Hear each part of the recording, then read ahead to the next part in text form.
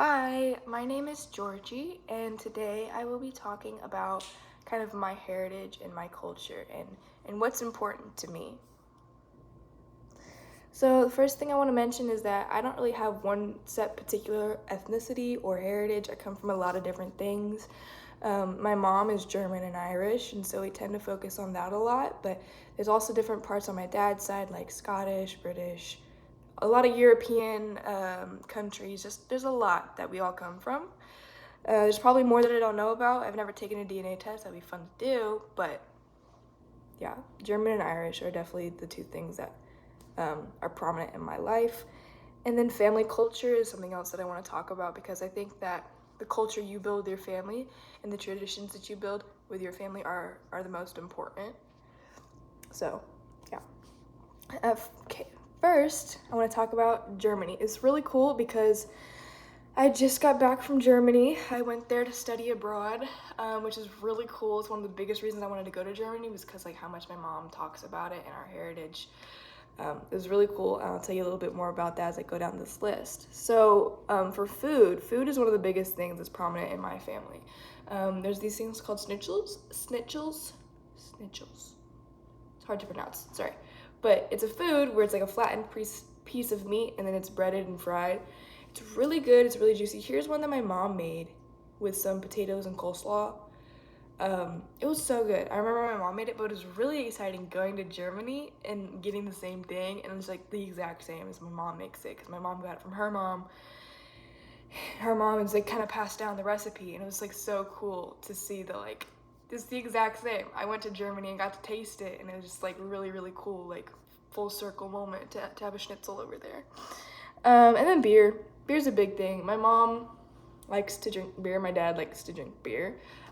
It's a huge thing in Germany. Again, I got to see that firsthand. Huge thing. You know, beer with every meal. Beer in the middle of work. Not really, but they joke about that. It's just kind of crazy to see the correlation and how my mom has kind of kept that tradition and kept that culture within our own family for so long. Christmas traditions. We're really big on Christmas, and one of the things that we do the most, or the biggest thing that we kind of prioritize is like the Christmas tree and Christmas decorating. A lot of people might not know, but Christmas tree decorating and Christmas trees was originally a German tradition. And I know a lot of families in America do that, but it did originate in Germany, and my mom likes to remind us of that. And so it's really nice to see and just kind of feel connected to, you know, my past like heritage and all that stuff. And then also advent calendars. Advent calendars are a big German thing.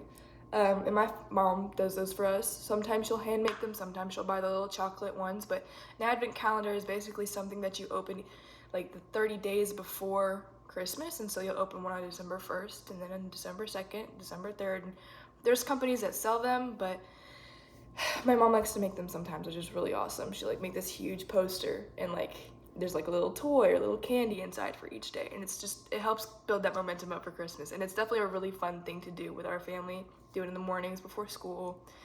It's really awesome, and my mom makes sure to remind us that, you know, this is where it comes from, this is why we do it, and it's a really fun thing to do. Here's a Christmas ornament for my Christmas tree. I don't know if you guys can see that, but it is a ramen noodle bowl. I love ramen.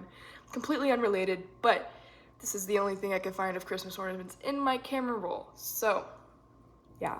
Love Christmas, love food. Here's the German side of that.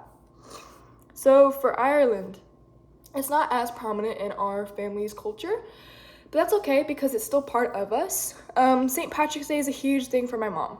My mom loves St. Patrick's Day. Like, she's really big on it, makes it a whole celebration, whole dinner, whole lunch, whole breakfast.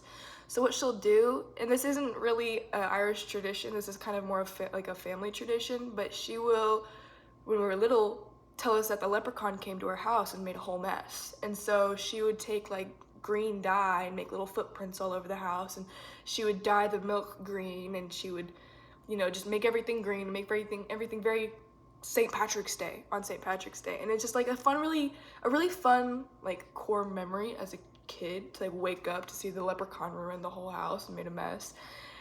Like thinking back on it is kind of hard on my mom because dang, cleaning up that mess would have been tough. But you know, it's something that she's definitely made to to make St. Patrick's Day more memorable.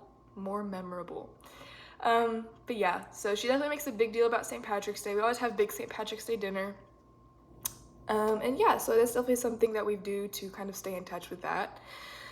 And then music. So a big part of Irish music is like a very fast-paced fiddle playing. It's a very big part of Irish music, and it's really awesome. But my mom and I both play the violin and viola. It's not a big difference, just different strings. It's like one string change. But we both play the violin. And my mom is really good at it to the point where she can play like traditional Irish music, which is really, really cool. It's really cool to watch. Definitely inspired me to play the viola and violin as well. It's really cool to watch because it's very passionate, it's very fast paced, and it's just really upbeat. So my mom can play that sometimes.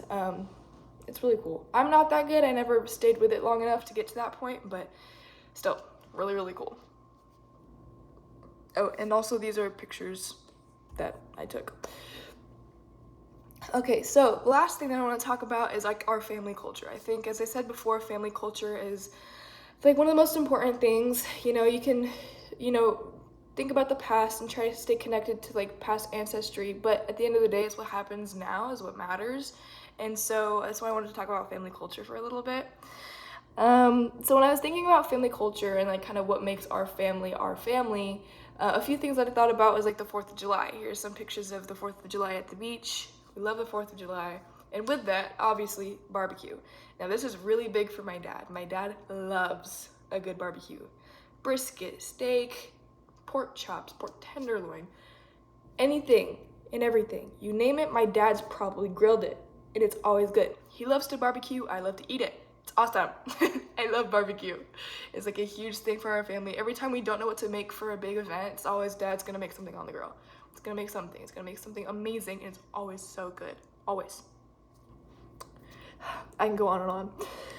And then the two things that are next is family game night and family movie night. Now these are things that I feel like are kind of, not just particular to our family, and a lot of things aren't just particular to our family, but for our family in particular, it helps keep us together, keep us stay grounded as a family.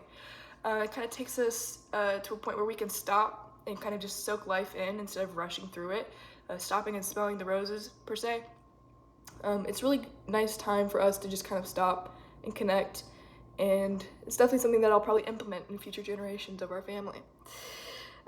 Christmas breakfast. Christmas breakfast is always like a core memory for me. We will all, like, before opening up presents, we will all get together and make breakfast. Doesn't matter how young you are, doesn't matter your cooking abilities, you are gonna sit in that kitchen, you're gonna help make breakfast, and then we're all gonna eat it together while we open presents, and the adults will sip mimosas, and it's just a big thing. It's definitely core memories. We'll make like monkey bread where it's like these cinnamon bun pull-aparts. It's really good. Don't know how to explain it. But here's another picture of Christmas breakfast.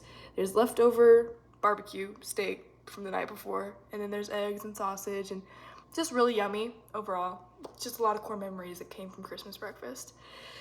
And then college football. We're huge on college football. Huge college football fans. Mostly Georgia Bulldogs. Go Dogs. We're really big on that. And it's definitely a family tradition that's passed on from my grandparents. My grandparents are big college football fans, and they passed that down onto my mom. Now all of us are big college football fans, and we all watch Georgia play throughout the season, and it's really good. Family moments, family bonding time that we have when we watch those games. It's really fun. And then beach family photos. This is one thing that I didn't really think about until making this presentation, but a lot of the times we'll take family photos on the beach whenever we go down to the beach. This is me with my mom when I was a baby. And then also, this isn't a picture at the beach, but this is my cousin repping the Georgia Bulldog sweatshirt, and then the rest of my cousins and my aunt. But yeah, beach family photos is a big thing for us, and it just kind of helps us look at time throughout the years of how we've progressed as a family, and it's just something that's really nice to look back on. So yeah, this is kind of what my culture and tradition is about, and it's the things that are important to me, and I'm glad that I got to share that with everybody. Thank you.